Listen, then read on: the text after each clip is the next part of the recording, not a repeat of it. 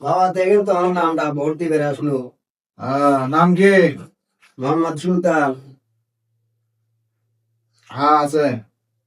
আমি মুরব্বী মানুষ চাচা, এই বয়সে ভোট দিবার না আসলে আমি পাইতেন, যে ঠান্ডা পড়ছে ভোট দিবার আইতেন আপনি। রাহান সাহেব দেখছেন, এই যে এত ঠান্ডা পড়ছে তারপরেও এই মুরব্বী চাচা ভোট দিবার আসছে, দেশকে না জানি কতই ভালোবাসে। কি করবো বাবা, সামনে নির্বাচনে আসতে আসতে বাঁচবো কিনা, শেষবারের মতন ভোটটা দিয়েই যায়। আচ্ছা চাচা, তাহলে আপনি হাতটা দেন। এটার কাজ শেষ, আপনি যদি সামনে ঘরে দিয়ে ভোটটা দিয়ে আসেন। আচ্ছা। ও বাবা, একটা কথা বলতে চাচ্ছিলাম। হ্যাঁ চাচা কোন? আমার বইয়ের ভোটটা কি দিয়ে গেছে?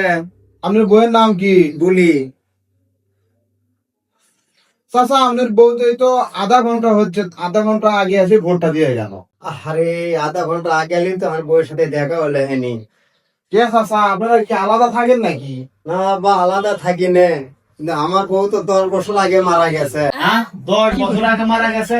বাবা 10 বছর আগে মারা গেছে। বা শুনি যে প্রতি নির্বাচনের টাইমে এসে ভোটটা দিয়ে যায়, কিন্তু আমি তো আধা ঘন্টা আগে আলিম না, দেখা পালি না, দেখা পানি হলি না। কিন্তু থাক, আর দেখা হলো না, ভোটটা দিয়ে যাই। তোমরা থাকো বাবা, হ্যাঁ? আচ্ছা রাহাত সাহেব কি বলে গেল, মরা মানুষও ভোট দিয়ে যায়? আরে স্যার, আপনি অবাক হলেন কি জন্য? অবাক হওয়ার তো কিছু নাই, মরা মানুষ তো ভোট দিবারই পারে, এটা হচ্ছে বাংলাদেশের নির্বাচন।